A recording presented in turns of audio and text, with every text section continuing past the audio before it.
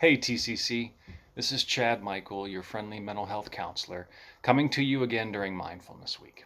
So, if you've been participating in the mindfulness activities, you know that being more mindful means being more aware of the present moment, your current surroundings, your thoughts, feelings, and experiences.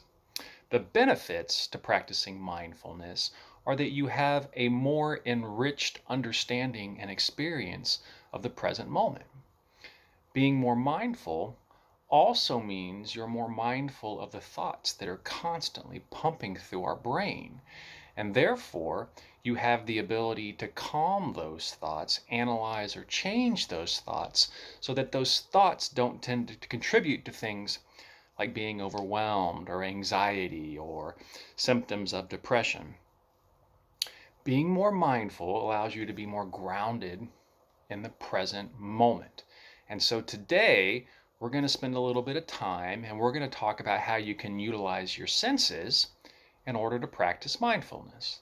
Now, I recognize that not everybody has the full use of all of their senses, but everybody does have senses that they can enhance in terms of the practice of mindfulness.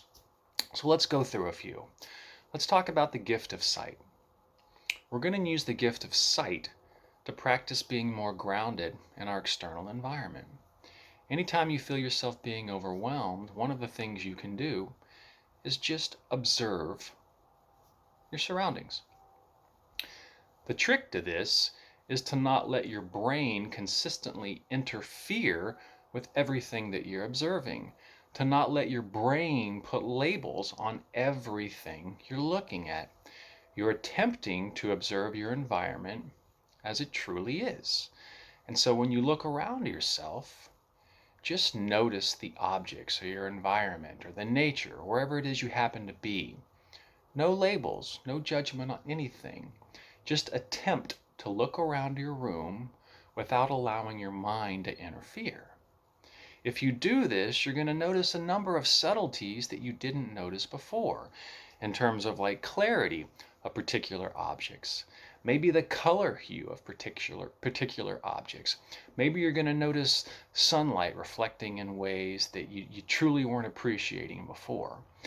If you do this correctly, in an odd way, it's almost as if you're observing your environment in high definition for the first time.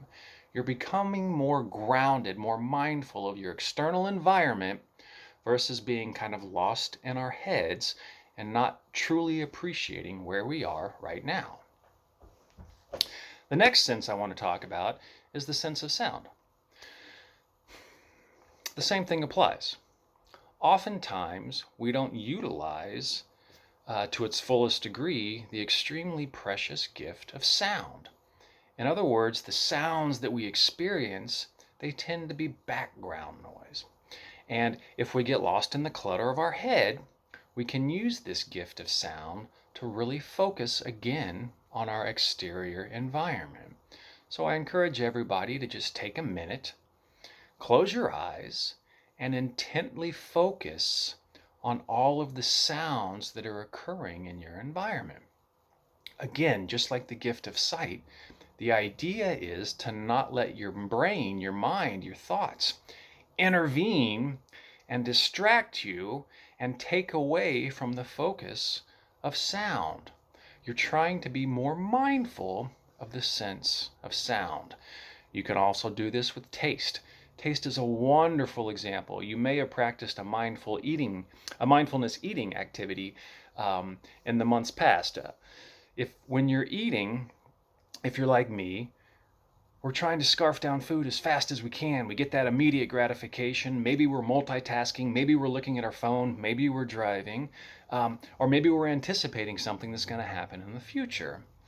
We very rarely slow down to mindfully eat and appreciate all the unique flavor profiles of whatever's going in our mouth. And when you mindfully eat, you might notice different sensations in your mouth. Salivary glands, You might notice tingling sensations on your tongue, different flavor profiles on your cheeks, the back of your tongue, the side of your tongue, the front of your tongue. You might be more mindful of all the muscles that are required and the coordination that's required to do something that we typically take for granted, which is chew food and swallow food.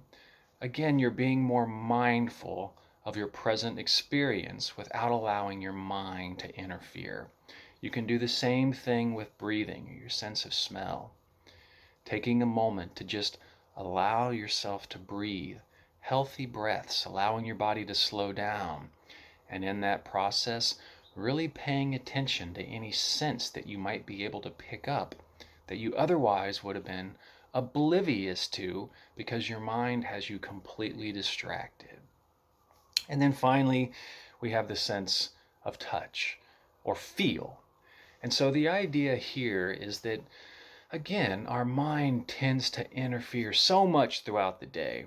So if you can just take a moment and get grounded in your external environment, and maybe it's just as simple as putting your hands on the table or the chair or wherever you are, touching that object, and really noticing the sensations that are going through your fingertips or your palms as you do this.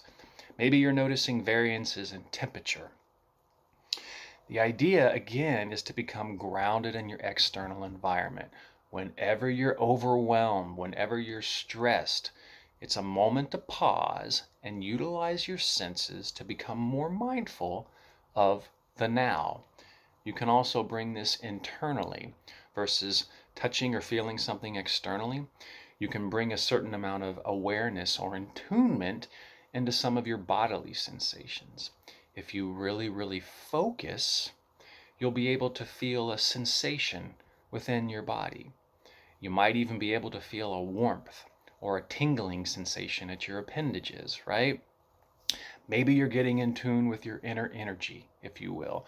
But the point is, you're more mindful of both external and internal sensations that are occurring via your sense of touch or this understanding of feeling. Okay, so I know this stuff sounds kind of weird. I know it sounds out there, but I guarantee you, in this crazy world we live in, especially now, if you can take just a moment to sort of slow down and practice mindfulness via your senses, the result will be that your mind slows down. It no longer has the ability to control you, and you are going to feel more grounded in this present moment. That practice of mindfulness will give you a sense of peace, a sense of contentment, and it will allow you to, from a more enriched perspective, experience the beauty of life and this present moment.